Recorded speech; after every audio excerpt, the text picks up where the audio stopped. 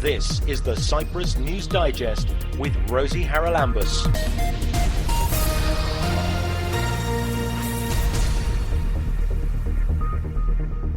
On this week's programme, we hear about endocrine disruptors which can seriously damage our health.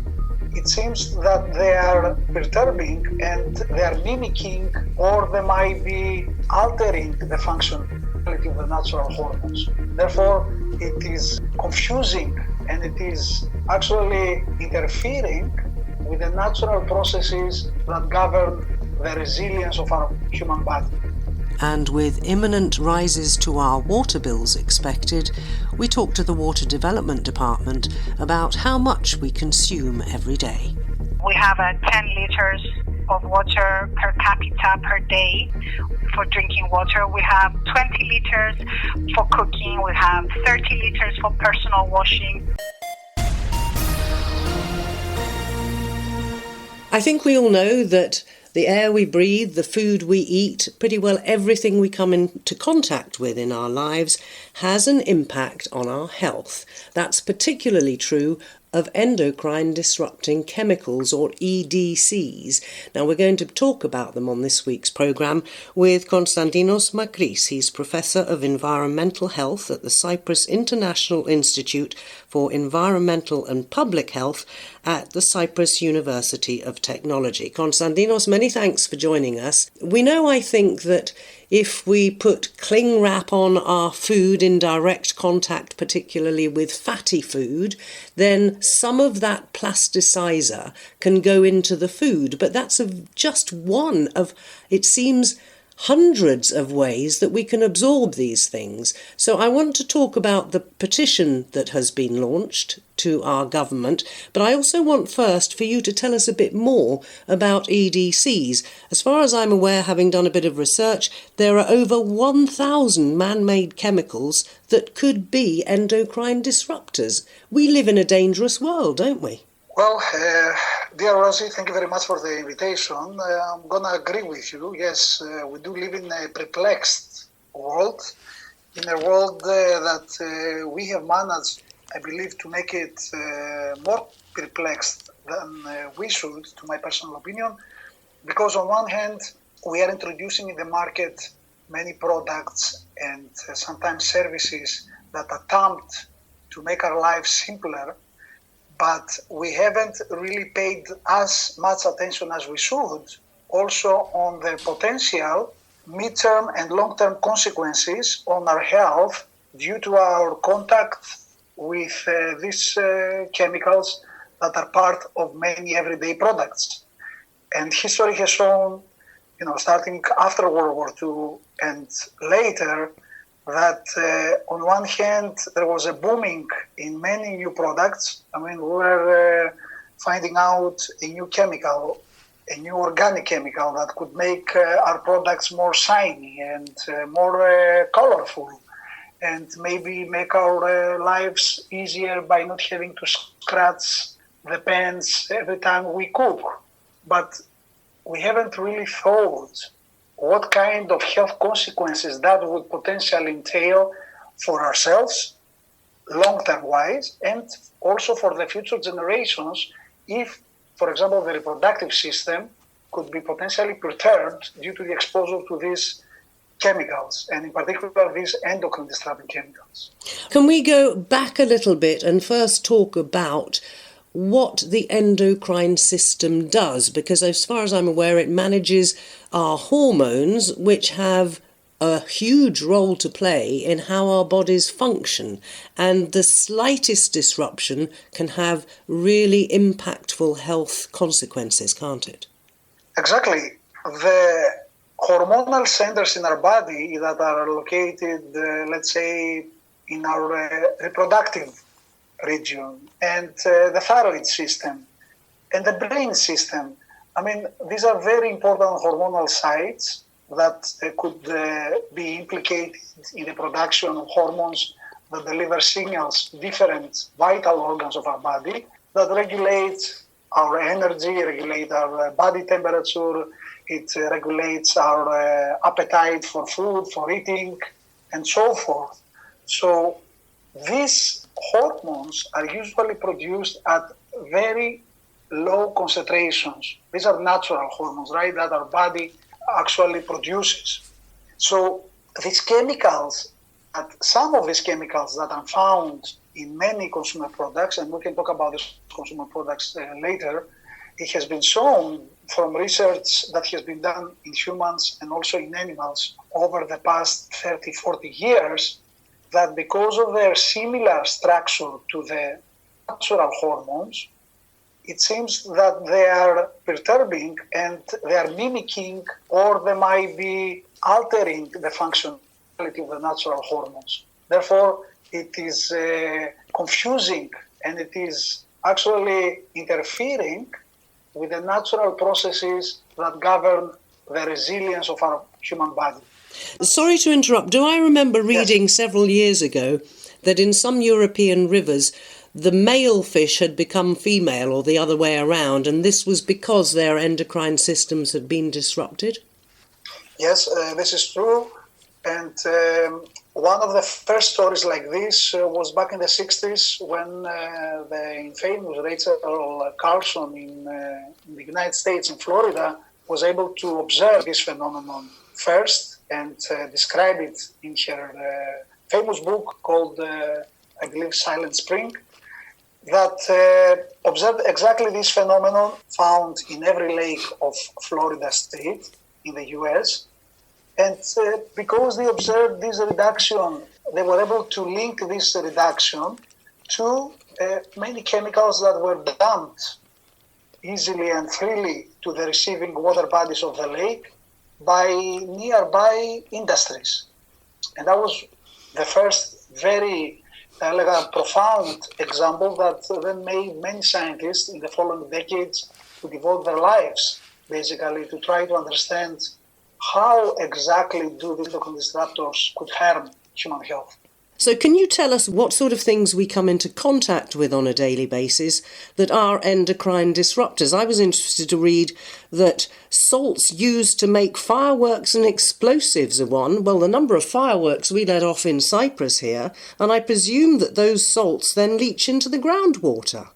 Yes, I would suggest first that we should focus on those chemicals that we usually are frequently exposed to them, and usually for some time, because these are the ones that will eventually be implicated with systematic, let's say, health consequences down the road. So, for example, endocrine disruptors belong to the categories of plasticizers, so plastics, pesticides, another major class. So these are, I would say, two major groups of endocrine disrupting chemicals. These are actually a few thousands altogether, and they're found in numerous products in our lives that have been implicated with alterations in the metabolic system, in neurodevelopment, also with carcinogenesis.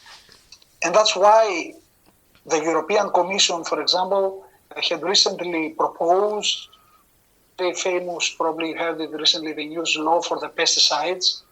Of course, you also heard very recently the news that the European Commission, under the riots of farmers all over Europe, not for the pesticides, but for other more important reasons, the European Commission had to remove this pesticide reduction directive that was preparing, and will delay its implementation, I believe, for some time. Yeah, the farmers were up in arms, weren't they? So we're all going to carry on using these things, and herbicides as well, and flame retardants. I mean, the fire regulations in almost all countries say that furniture must have flame retardants in it. So are we literally sitting on endocrine disruptors when we're in our lounge? Yes, the flame retardants, actually it's another major group of chemicals that have been charged with endocrine disrupting health effects in humans. And this flame retardant story started back in the 50s and 60s when smoking was really a very important behavior for most Western societies and countries. And smoking in bed and smoking in the house was a very common actually behavior, and it was commonly advertised by many medical doctors. So when this phenomenon was practiced at homes in the US, people were falling asleep while smoking in the bed, and there were many fire examples at that time due to the smoking inside the house. So that led some entrepreneurs to think of ways to make the materials, the beds, the mattresses, the pillows, and literally all the products inside the household to be more fire resistant. We know that was a good thing at the time, but as soon as I saw flame retardants, apart from the furniture that we sit on and so on, what about when we have forest fires here, Konstantinos? You know, they put that flame retardant by aeroplane across areas that the fire hasn't yet reached. Is that also containing these disruptors? Because that for sure seeps down through the soil and into our aquifers. Yes, I would say that's a different situation, because when you do have a fire, you have to act fast. We have to provide a therapy, let me call it this way. These flame retardants that I'm talking about that are introduced in the products that we find in the market are done on a precautionary principle, preventive factor, so that when and if a fire takes place, then its spread somehow would be considerably slowed down because of the presence of these chemicals. Now, whether this works or not, and to what extent, and under which circumstances, I'm still not very much convinced. In addition to this, we also have the health consequences of these flame retardants, that now, after several decades of research, we now moved to the second generation of these flame retardants that appear to be more safe to the environment and the humans, but being safe for the humans and the environment does not also cover a very important parameter which relates to the midterm and long-term health effects. Okay, we know that there are long-term health effects, I think, particularly the fact that if a woman is affected by EDCs while she's pregnant, her children and even her grandchildren may have issues. So let's very quickly, if we may, talk about the sort of things we come into contact with, and then I want to hear about this petition and what you're hoping that the government will do about endocrine disruptors here in Cyprus. Yes, dear Rosie, let me clarify something based on the last comment I made, and thanks for this pass. When I say we don't know about the health effects, I'm referring basically to the policies that are currently in place for some, not all, let's say, these endocrine disrupting chemicals, where we might know the short-term or maybe the acute toxicity phenomena that may be associated with these endocrine disrupting chemicals, but the policies and the measures we have in place to test the toxicity of these compounds before such a product is released to the market does not cover these long-term health effects. That's what I refer to. So after a product is in the market, that includes in its composition these endocrine disrupting chemicals, and contrary to what usually, let's say, other chemicals like pharmaceutical drugs, usually testing relates, totally different behavior from policymakers and toxicity testing centers. If you have a pharmaceutical drug versus environmental chemical that is part of a new product, then after many years, we just have a natural experiment here. So we wait for many years so that epidemiologists start assessing the potential health effects because of this systematic and long-term exposure of the general public to these chemicals. That's what I wanted to clarify, and I hope this is more clear now. Yes, okay. We're going to have to wrap this up, I think, Konstantinos. Just tell me quickly, if you will, about the Cyprus Declaration on Endocrine Disruptors. I look at the page where people are asked to sign, and the response so far has been, well, you can't say an awful lot of people either know about this or care about this. So let's hope our chat is going to enlighten people. Where do you want them to go and how can they sign up? Yes, thank you also for this question.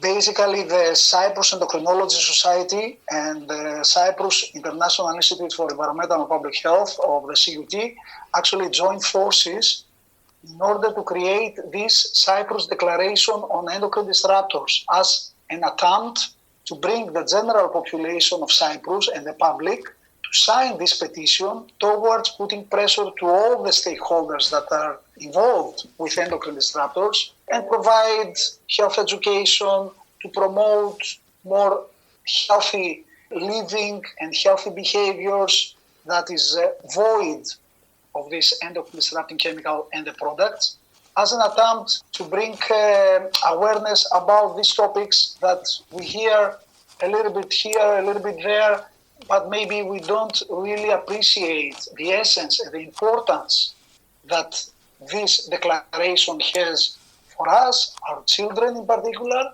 the pregnant women, and the future generations.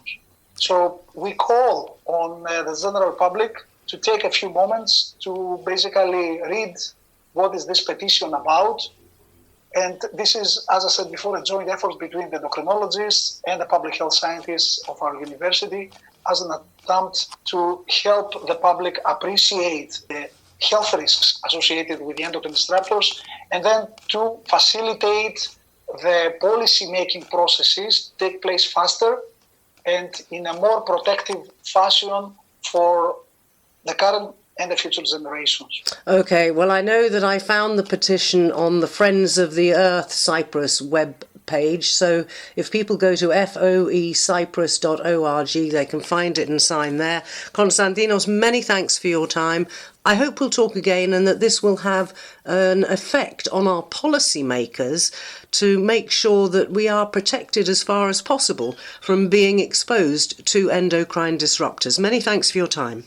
Thank you. Thank you very much, Rosie, for the invitation. And indeed, I believe Cyprus must grasp this opportunity because it has this sensitivity. It is really interested the public to know what can prevent disease, how I can protect myself and my children, how can I protect my people around me by taking every day some new interventions, some subtle changes in my everyday routine with the ultimate goal to have a healthier life later and for me and my children. That is Konstantinos Makris from the Cyprus University of Technology. Keep up to date with events in Cyprus and around the world with the Cyprus News Digest. As part of Cyprus' obligations to the European Union to introduce green tax reforms, it seems that our water bills are going to go up. We're joined on the programme by Yanna Ikonomidou from our Water Development Department. Yanna, thanks for joining me. Can you tell me exactly how much more we think we might have to pay? Yes. Let me just tell you that the green tax reform is included in the Cyprus National Resilience and Reform Plan and is one of the reforms discussed for the application of the polluter pays principle. So those responsible for the environmental damage should pay to cover the costs. The intention of the green taxation is to use price signals to effectively encourage a behavior change towards more environmentally friendly activities. And since water is a scarce resource, especially in Cyprus, we need to have a drive for a reduction on water consumption and reduce water scarcity. So we propose that the environmental and resource fees charged by the Water Development Department on top of the financial fees, those fees should be increased to be aligned with the green tax reform. The proposition is to increase the environmental and resource fees in order to nudge demand down for certain users, even if this improvement is just marginal.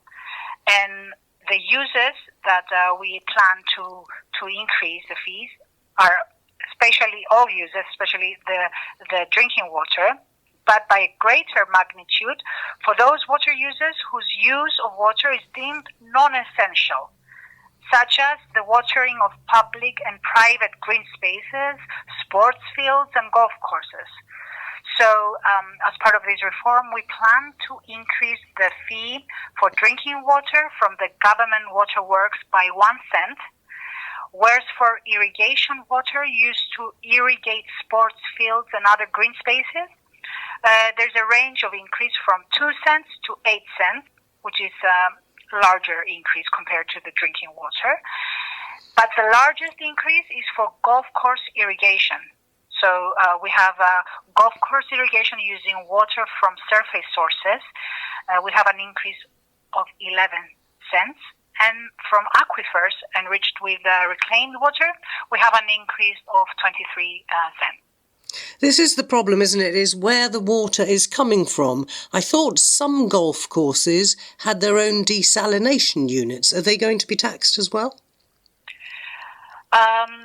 Well, according to our regulations, we charge irrigation from surface water, which is private dams, and we have irrigation from aquifers. So we don't charge for if a hotel installs desalination, then they cover all the costs. We don't charge extra costs for that.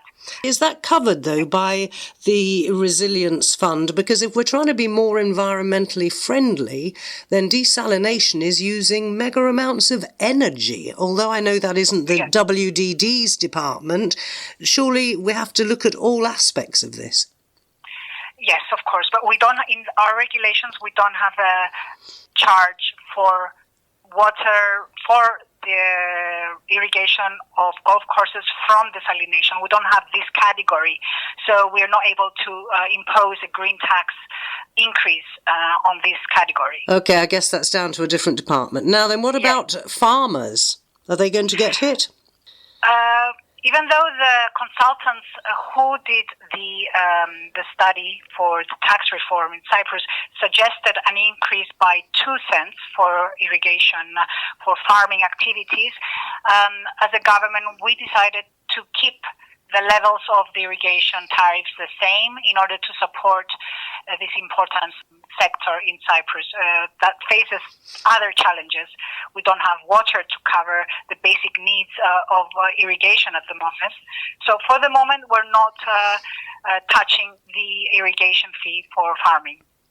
Right, now there's two things that arise from that. First of all, let's clarify that the 1 and 2 and 23 cents or whatever you've just been talking about is per cubic metre of water, is it? Yes, that's correct. And how much, on average, does a Cypriot citizen, not a farmer or a golf course owner, use in terms of cubic meterage of water? Because I've been here a long time and the wastage of water here has always astounded me. Well, we have studies that show how much water a household should use, and it depends on different estimations.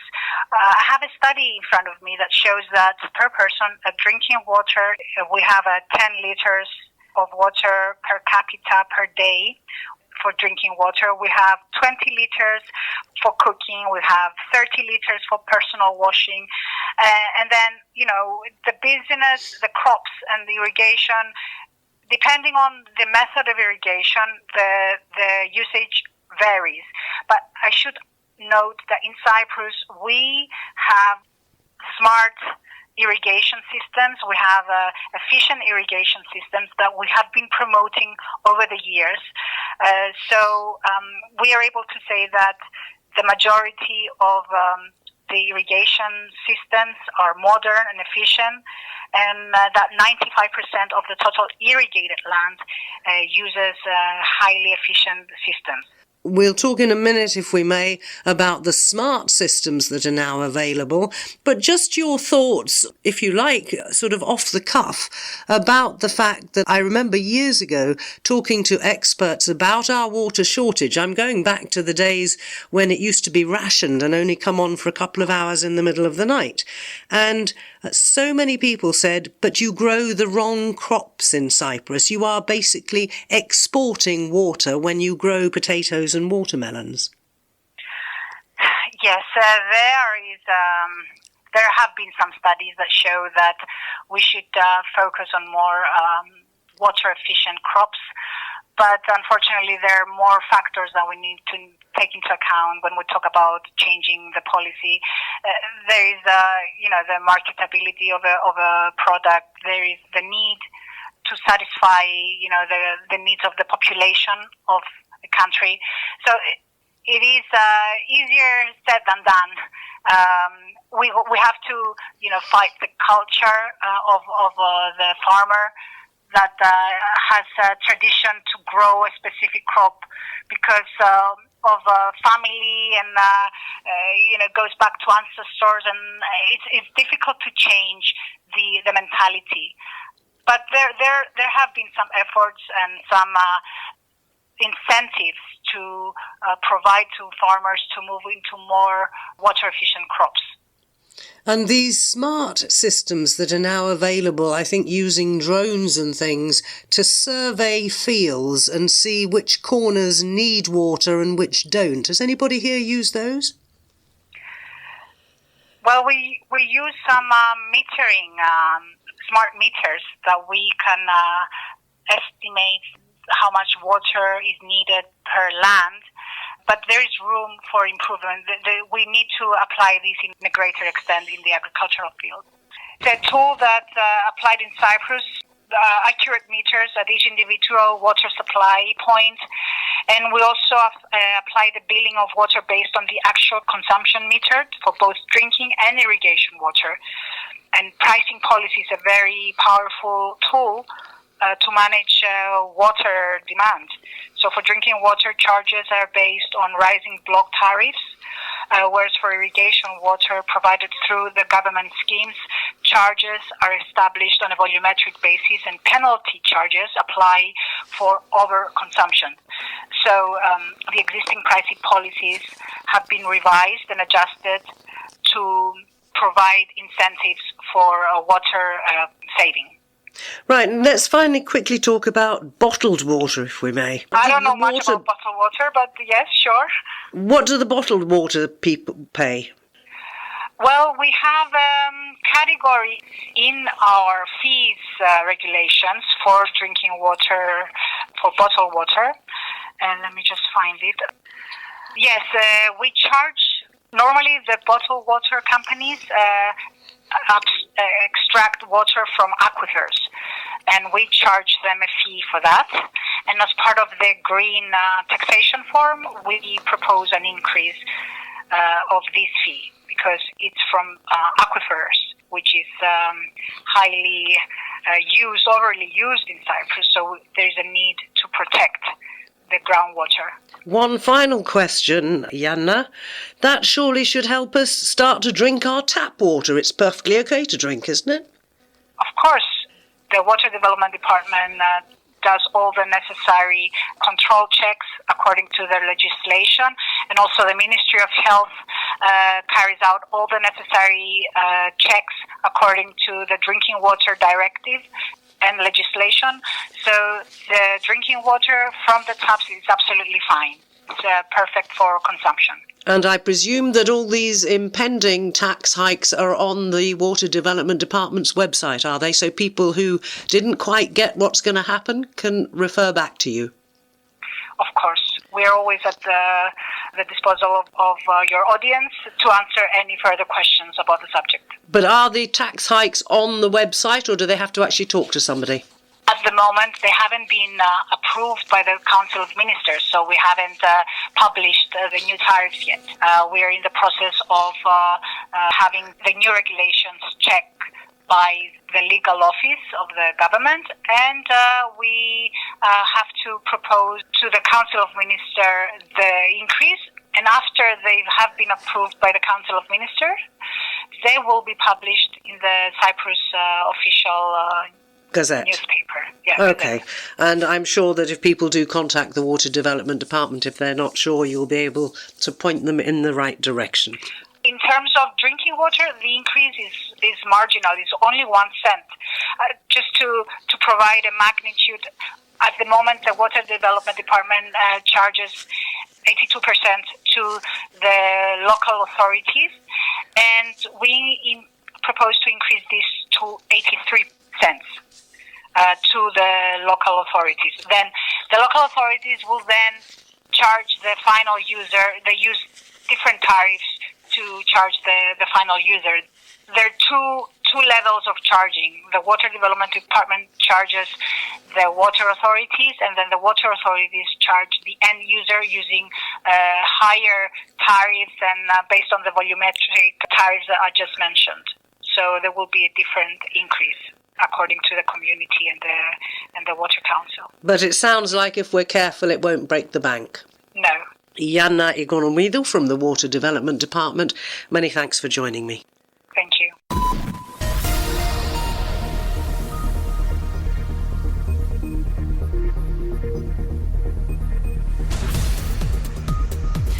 Well, that about wraps up this edition of the Cyprus News Digest. Many thanks for your company. Hope you'll join me next week. Till we meet again, take care and God bless. Bye-bye now.